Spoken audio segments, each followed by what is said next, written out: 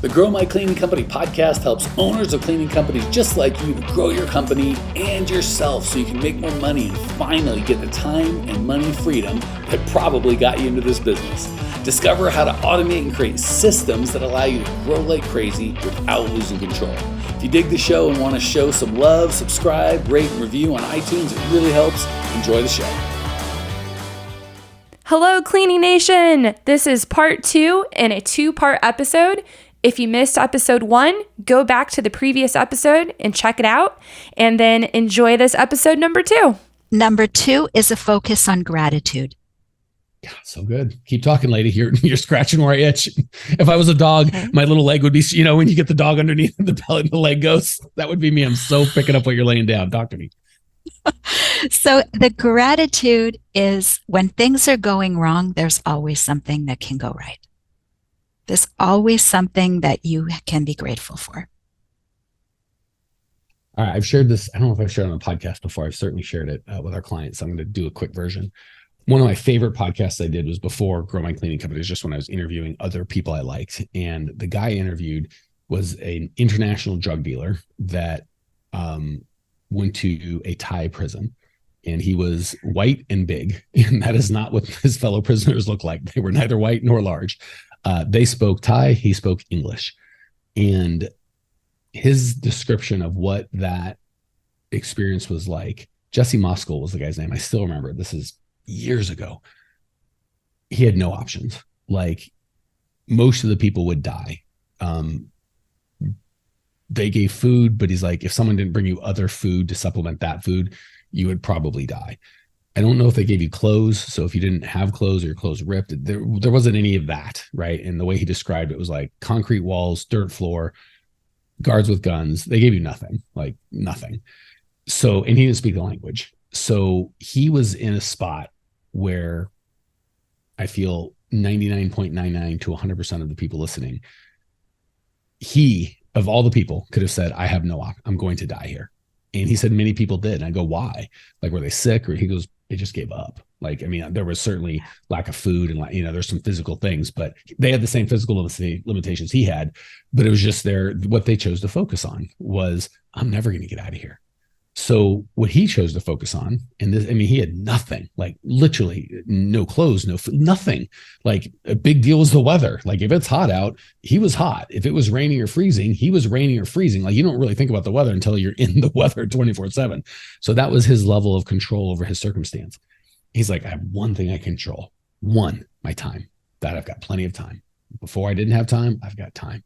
So he literally mailed, they didn't let him have phones or anything, like physical mail, his mom in Texas saying, will you please send me books? Remember when we were in first grade, they like have a letter and you'd write the letter on a page, that for Ty.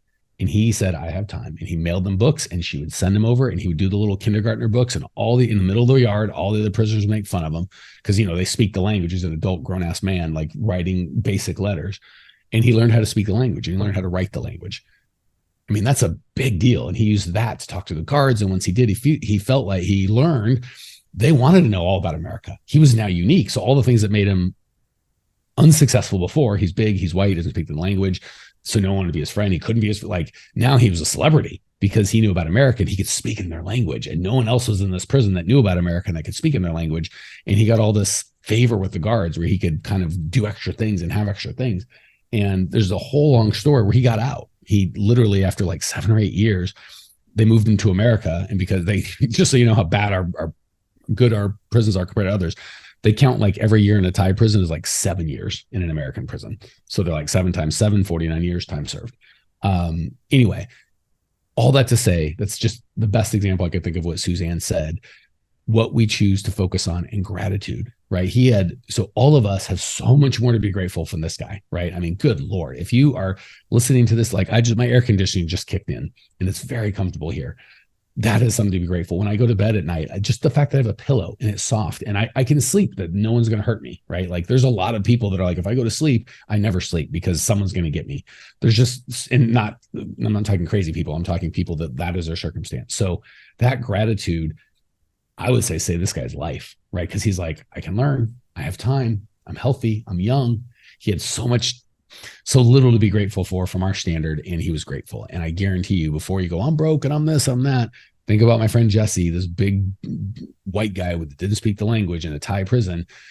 We have so much to be grateful for, just so much. So that is, I think gratitude can kill or save lives. Lack of gratitude can kill and gratitude can save life. Yeah. What else are we doing? So sorry for the long diatribe. It's so freaking important. Well said, Mike. Thank you. Okay. So 2, gratitude. Number 3, transform every experience into a gain. All right. I was with you on the first 2 because they sounded easy and fun. This sounds hard. Talk to me about this one, lady. Okay. I'm going to go back to my mentor, Bob Proctor. And there's something that he said. He said, when something happens, there are 3 things to look at. Number 1, it is what it is. Number 2, harvest the good. No matter what it is, you've learned something, even if it's something not to do next time. Mm-hmm. Okay. Number 2 is harvest the good. And number 3 is let go of the rest. That's the tough one. So I love it is what it is. What I hear on that is just deal with reality on reality's terms, right? It's not fair that the government does this or the COVID did that or my spouse did this. All true, potentially, right? But what I hear you saying with that is it is what it is. So am I understanding? This was so short. Am I understanding what that? Absolutely. Yes. Whatever happened, happened. Okay. So yeah, like we can fight it. We can shake our fists and maybe we're even right, but it happened, right? Right. Again, my friend Jesse, obviously don't deal drugs internationally. Maybe you won't have the Thai police kick down your door, but it is what it is, right? He could have said, this is so unfair. If I would have just not been in there, blah, blah, but he's like, well, done. Second, get the good. Kind of we talked about in the middle, that good can be very hard to see. We're looking back, like Jesse can probably look back at that time and I can look back at those times and go, the good's very easy to see now, but the trick is to do it in the moment, not looking back. Am I hearing you?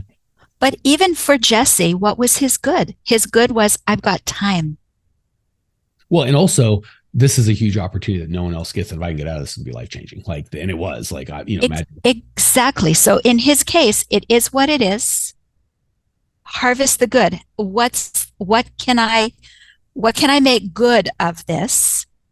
Which he did, and let go of the rest. Was he going to focus on the fact that he was in the weather, that he had no clothes, that he didn't have enough food? No, he obviously let it go. So that's a very dramatic example. Well, I'm sure let it go. He would say, at the time, when it's that extreme, it can take a minute. So focus on the good. I love that. I just want to let you know, just go back. And if you're like, there's nothing good here, this is all bad. Fast forward 10 years in the future and look back at your situation when you're not in it and go, what good was it's an opportunity to get strong.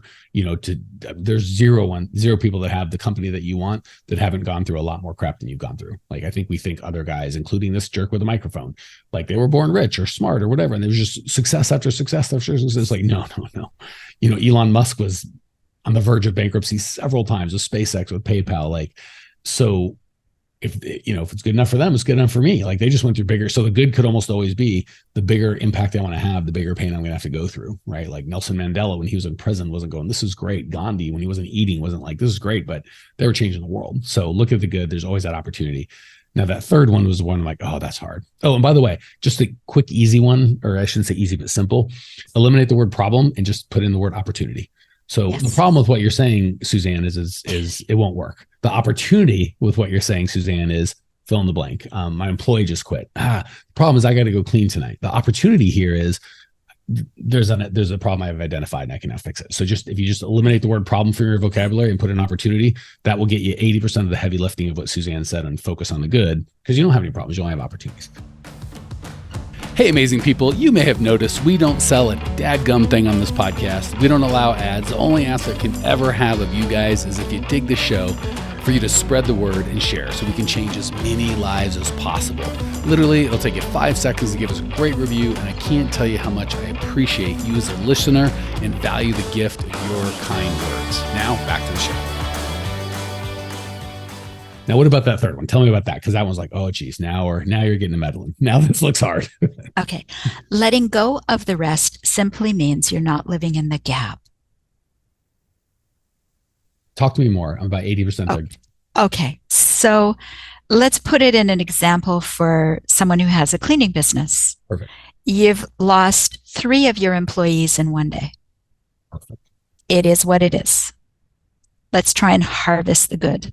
Well, I have some other employees that can fill in, or I can reschedule, or it's an opportunity for something. They were probably not the best. Most of the time, we're being honest. Like, I actually wanted them to go anyway. I just want to do it on my terms, not their terms. So the good is, okay, if I was too weak to have that conversation, they had it for me. So that, yeah, there's always. Right. And we learn. So we learn from that. Okay, well, I need to have my ad running more. I need to make sure that I always have these employees. That's the good. What did we gain from this? We learned. Better we learn now than we're even bigger and we lose 10 employees. So that's the good. And the rest, well, is there really a lot of rest left? Like, just let go. Yeah, I think we focus on the good. Yeah, but you said it so, you made it so simple, Suzanne. I want to make sure, because I think we make it hard. It can be that simple. But the rest in this situation be like, but this guy, he stole and he told me and I lent him money. And like there's all this other stuff. And I'm saying there could be true facts in the world. It is what it is. But we choose to make that a big deal when we don't have to. We could just go, and I'm going to let it go. Right. Like, again, I love using the spousal things because most of us have either been married or seen married people or been in relationships. Something happens between your spouse. And the most common thing is, what were you fighting about anyway? That was so important. You're like, that was so stupid. Right. And when we say it was really over nothing, it was something stupid. It was in totality, we wouldn't let it go. Like, we didn't even remember what it was. It's so stupid. We don't talk about it, but we wouldn't let it go. But she had the right. And how dare she? And how do we? And in reality, it's one thing if I punch my wife and she cheats on me, like, those are things that have actual consequences in the world that we're going to have to work through. But if I just go, I don't know, say something terrible to her, she says something terrible to me, I could be like, oh my gosh, that's going to be this, or I could just let it go. I could just walk on. So I think we make up a lot of things that we don't have to let. So when the person quits, yes, we have clients, they need to be served. That's a reality. But we choose to be like, we don't let go but they did this and they're such jerks and they did it like that. And they told the other client, it's not fair. So that's the one that I think is the most important, but the hardest. How do we just let it go? Like, how do you build that muscle? The question is, do I want to feel good or do I want to continue to feel bad? God, you got me right between the eyes. That's really it. And again, it goes with the spouses too. Do I want to feel good and be like that, and just be like, I'm sorry, baby, I love you. Can we? And then, that might feel like vinegar coming out of your teeth for 12 seconds. And then you feel fantastic for the rest of the day. Or you can swallow the vinegar and feel sick the rest of the day because you're like, that stupid blah, blah, blah. She doesn't blah, blah, blah. And I'm sorry, I'm not, my wife and I get along just great, by the way. If you're like, man, Mike's really into this wife thing. It's just it's really relational, right? Because I think at the end of the day, when people quit, there are things that have to be dealt with. But most of the time, they hurt our feelings. The way they did it wasn't fair. I treated them this way and they treated me that way. It was things that we choose to hold on to that we could, and it's really tipping them. So say the employee was completely in the wrong and they just completely screw you. There's a certain amount of, I won't say suffering, but reality you've got to go through that may be unpleasant. And you don't get a say in that. But to be like, I'm going to hold on to a bunch of other stuff, that's you going, that wasn't enough pain. The pain that you forced me to go through wasn't enough. I want to go through more pain. And they don't even think about it. And we think, it's like. Exactly. We hurt ourselves. It's not them. We drink poison thinking they're going to die. And then we don't understand why they're like, who, what? I've moved on with my life. And we're like, I'm still pissed off about this thing. Okay, Suzanne's little side note here. It's okay to go outside and have a little tantrum. I love It's that. okay to stomp your feet. It's okay to shout. It's okay to hit something, to punch a bag. Bags, not humans. No, just go out and let it out. Sometimes we just need to let it out because we're so frustrated. Let it out. Come back in. You'll feel better. You're more able to let it go. Is it easy? No. Is it a practice? Yes. There's a book called, I think, letting it go. And I really disagree with a lot of things in the book, but this one particular issue or point, he did a masterful job of saying, and he talked about toddlers. If anyone else has seen a toddler, they go from 0 to 60 in like 0.9 seconds. Like, someone takes their toy and sweet little boys and girls that we love, and they're so adorable. Someone does the wrong thing and they've lost their mind and they experience it fully. Right? They don't judge it. They just throw a daggum tantrum and then, hey, cut it out or whatever. And then they go from 60 to 0 in about that same 0.9 seconds. They're just like playing with their friend again. So obviously the hitting and some other the behaviors aren't good, but just experiencing it fully, not judging yourself, not trying to hide it. Because I think when we hide it, it sticks there. When you just pull it out, you feel it, you throw it, just like Suzanne, you throw a tantrum, but you fully experience the tantrum. Like, I'm not going to hold back, because we get old. Like, I can't yell in front of Suzanne and stomp my foot and, shake my fist. She's going to think I look stupid. Fine, go be by yourself and do a tantrum. And I think once you get that out, then you can let it go. But I think we want to kind of skip the tantrum. And you just got to experience that sometimes. And I think the problem is, just like Suzanne says, you want to feel good or you want to feel bad? You want to experience this water torture over the next weeks or months, just this dull roar of a thing you're feeling underneath everything indefinitely? Or do you just want to throw your little tantrum, scream at the world and, how unfair and unjust and you're right and everyone's wrong, and really feel and experience it for 7.5 minutes and then move on? That's the way to go too. I love it. So due to time, I do want to come back to, because I know we got to close up the call, but I do want to come back to the quote that I promised. And this is from Dan Sullivan. People who spend most of their, no, sorry, the wrong quote. This is the quote. If you focus on what you lack, you lose what you have. If you focus on what you have, you gain what you lack. God, that's so freaking good. So good. And I'm going to go one last time to the relationship well. I'm married to the most amazing woman ever, and not perfect, by the way, but by golly, great. So if I could focus on the 3% of her that wasn't great and how Suzanne or any other woman's better than that, I will be miserable. And just like Suzanne said, I'll probably lose some value of my relationship with my wife because I'm always looking for the better thing. If I just focused on the overwhelming, phenomenal part of my bride that I have, I will get that 3% probably won't, the thing I was so upset about, I won't notice so much because I realize, oh my God, this lady is delightful. So in business, if you're constantly focusing on where you're not, you'll go backwards probably because you're just so crumpled. And if you just focus on everything you've done, you're more likely to actually go forward in business because you start getting empowered. That is so, it's just wise. It's so well said. Any thoughts on that? The gap or the gain. That's it. Well, and sorry, Dan Sullivan. It sounds like it's a great book, but I'm like, I don't know. I think he wrapped it up in there. Suzanne wrapped it up in that one quote. If you just focus on the things that you've got, you'll probably get what you think you lack. And if you're focusing on what you lack, you're going to lose even the thing that you got, which is so true, by the way. Kind of a biblical principle too. That, I don't think it was in the Bible, but a missionary got martyred, said, Jim Elliot said, he is no fool that gives up something he can't hold on to, his life, to get something he can't lose, eternal life, versus someone that, gives up eternal life holding on to something he's guaranteed. He's no fool that gives up something he can't get to give something he can't lose, as opposed to holding on to something he's going to lose. Like, we're all going to die at some point, and then actually losing eternity. So really, I think that's just a universal principle of, yeah, gosh, that's so good. Big thank you for summing that up. Anything we missed? Anything you want to cover, Suzanne? I'm good. Thanks. All right, Clean Nation. That is phenomenal. So I think, yeah, gosh, get out, do that. If you need any more help, if that wasn't working, go to growmycleaningcompany.com. I shouldn't say if that wasn't working. If that whet your appetite, and you're like, I need more, talk to me. growmycleaningcompany.com. I think we've over 1,000 episodes, hundreds and hundreds of hours of content. Let us know if you need some help. We are here for you. Catch you soon.